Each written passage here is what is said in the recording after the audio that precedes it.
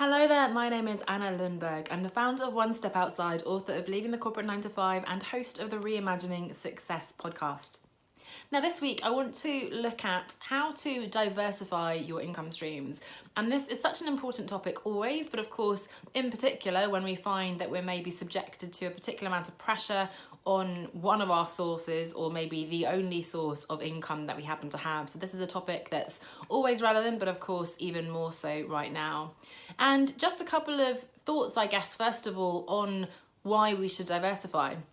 And you may be experiencing this now. If we are completely dependent on one source of income stream, so one type of client, one type of service or product, one even industry perhaps in some cases, in particular in this extreme situation we're in now.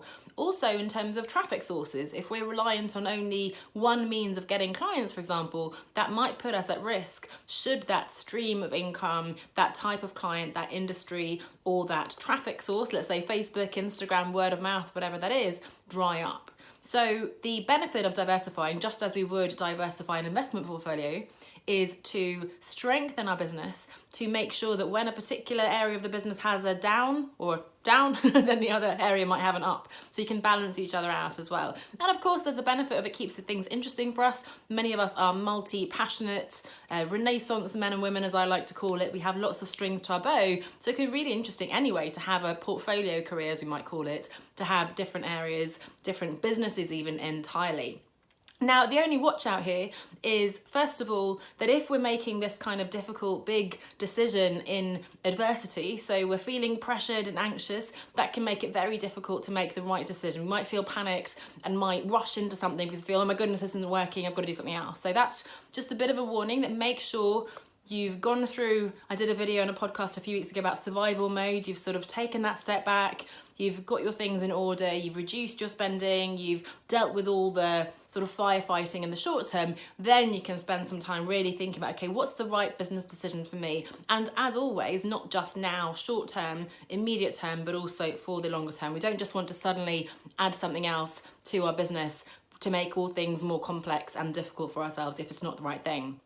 And that leads to the second risk, which is that we dilute our efforts. So maybe we have an area of the business that's working, maybe it's not working right now, but generally it is working. If we then suddenly try to diversify to something else, it might be that we're giving ourselves too much work to do. It doesn't work around our living, our lifestyle, our personal circumstances. We're going to burn out and neither income stream will work. So that's just a couple of watch outs.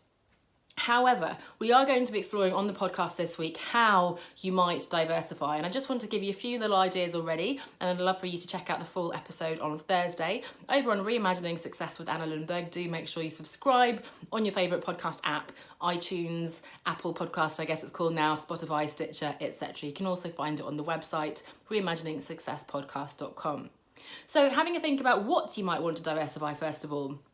So I mentioned traffic sources. A lot of businesses when you're first starting out are reliant only of word of mouth.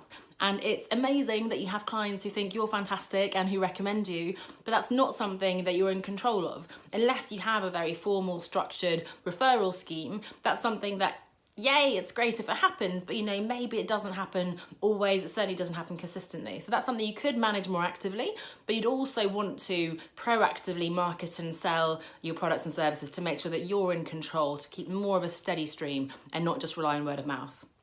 If you have all your eggs in the Facebook basket or Instagram or even LinkedIn, wherever you're active, if you're only active on one platform, then who knows what Mr. Zuckerberg or whatever the other CEOs are called, if they suddenly pull the plug, if something happens to that particular platform, it means that suddenly you have no prospects, you have no brand platform at all. So while I wouldn't recommend that you diversify and do all the things, suddenly appear on all the different platforms, it is helpful to be active. For example, I might post on LinkedIn, Instagram, and in my Facebook group. Those would be my three main platforms where I'm active. So you might think at least a couple, if not three platforms. You could have one main one, of course, but thinking about how to diversify away. And the same goes for, if you're reliant only on Google traffic or Facebook ads and so on. So diversifying your traffic sources is one area.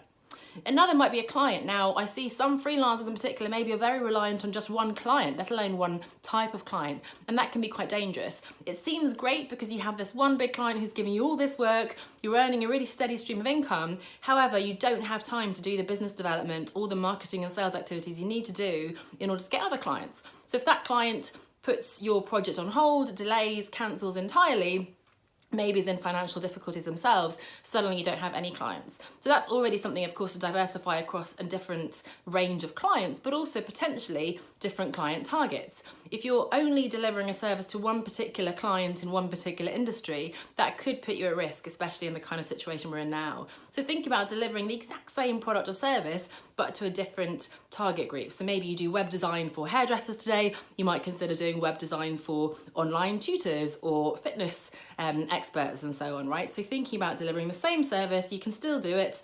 Coaches, for example, actually coaches, coaching is a skill that we can use in all sorts of situations for all sorts of people. So maybe there's another client target you can look at. You might also want to consider diversifying your products and services. If you currently only have services, you might want to add products. So maybe you're delivering freelance, online services, one-to-one consulting, coaching, whatever that might be. What about launching a course or a book or a group membership program? So not just having those one-off payments, yes, great, I've got a big income boost and then I have to chase and get lots of new clients, but actually having more of a recurring revenue coming in. Even if it's a low level, books don't necessarily earn a huge amount of money, but if you have, 3, 4, 5 books, maybe each one adds up and that gives you a really good brand platform as well.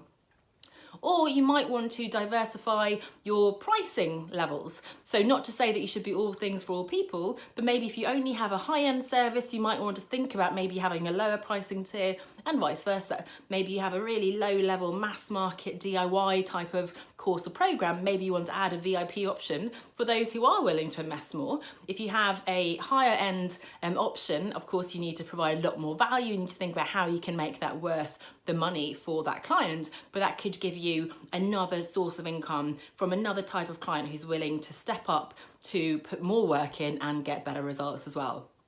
And then finally, you might even want to diversify to a different business entirely, and that's the sort of portfolio career idea. That maybe you're a consultant in the charity sector, but you're also teaching photography in your spare time, if we have any spare time. Or maybe you're a yoga instructor and you're also a freelance writer. Often it's sort of a creative or physical job on the one hand, balanced with the intellectually stimulating one, but it could be different aspects as well. I do a lot of marketing, consulting and teaching, but then I have my sort of broader life coaching string to my bow as well, and freelance writing in fact. So it could be that you diversify, so you have really different clients, different industries even, different businesses entirely. Again, just to watch out though, you don't want to be diversifying too much. You don't want to be diluting your efforts across all the different things, all the different clients and industries. So this is assuming you have something that's working well, or perhaps in this case not working well.